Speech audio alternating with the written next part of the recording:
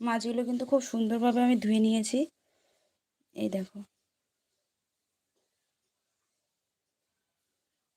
মাছগুলো আমি কাঁচাই দিয়ে দেবো।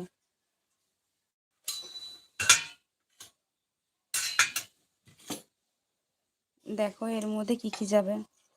আলু নিয়েছি, টমেটো নিয়েছি, পেঁয়াজ নিয়েছি, কাঁচা লঙ্কা নিয়েছি। এগুলো সব কিন্তু কাঁচাই থাকবে। একে একে আমি এগুলো সব দিয়ে দেব।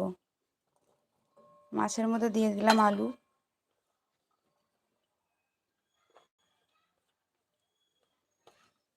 এবার দিয়ে দিলাম কাঁচা লঙ্কা,